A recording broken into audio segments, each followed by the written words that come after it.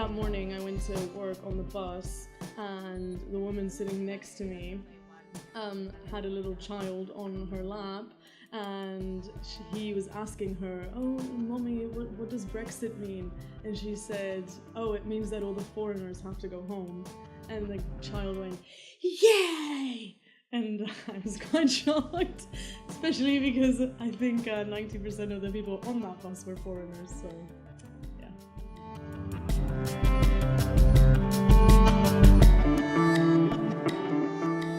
When I found out about Brexit, it was because my flatmate woke me up screaming because she couldn't believe the result. I've been in England for 5 years now. A very long time. But I do remember when I moved to the UK, I was really shocked by kind of like the insular mentality that lots of people have here. And I remember, people would say, "Oh, you're so continental," and you're so European. And I think that mentality has been here for a long time. I didn't think it would come to this extreme. Found out about Brexit, I was really surprised. I never really thought it was actually going to happen. I thought it was some political game that wasn't going to end up in anything. Like something that Cameron has done for a popularity vote, and now all of a sudden he's realised that it happened, so he's run away because he can't deal with the consequences. So if he hadn't proposed it, I don't think people would have taken to the streets and been like, "We want a referendum and we want to leave the EU."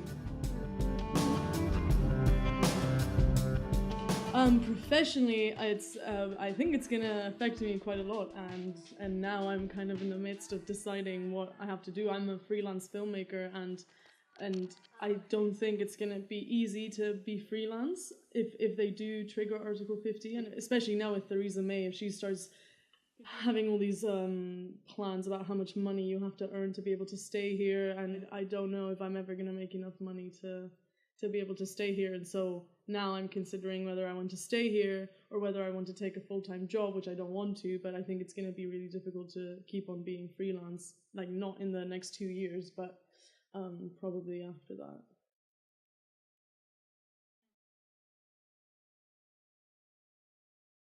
Like, I don't take it personally in London because well, actually, that's a lie. I was going to say I don't know anyone who voted for Leave, but that's a lie. I do know people that voted for Leave, and I was very disappointed because it's people that I work with on a market where most of the people behind stalls are foreigners, and so I was really shocked because they're my friends, and like the reasons that they were giving me for voting Leave were just so nonsensical.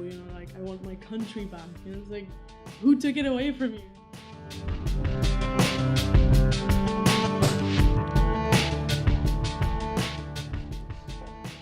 Disappointed, sad, because I think that they voted for the wrong reasons, and I don't think that they're gonna get what they think they're gonna get.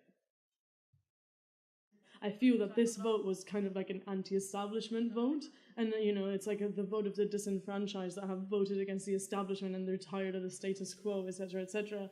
But sadly, in my opinion, I feel they voted against the wrong establishment.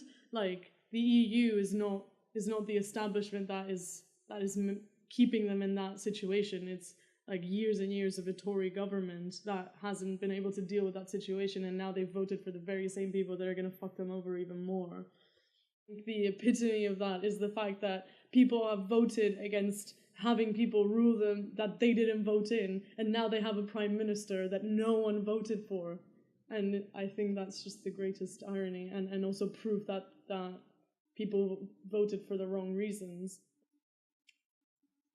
They were very right to be angry at their situation, but they voted for the wrong people to solve their problems.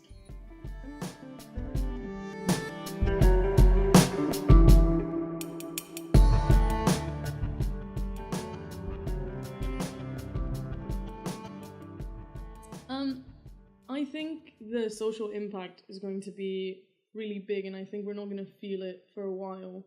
But I think people like me and like a lot of my friends who have had the privilege and the good fortune to travel around and to meet people from like all these different countries, it's very, very difficult to convince us to go to war with people that we know.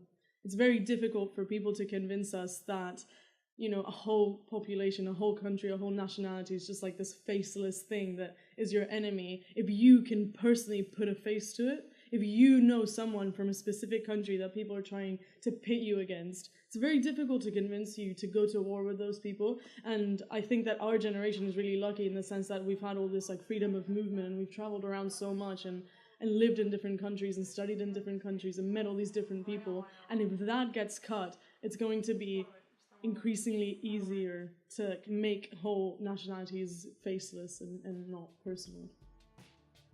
Obviously, it doesn't mean that the UK is suddenly going to be super isolated from the world, but if other nationalities become unknown because of this, then that's my biggest fear, because then it's really easy to convince people to do things. It's really easy to make you fear the unknown.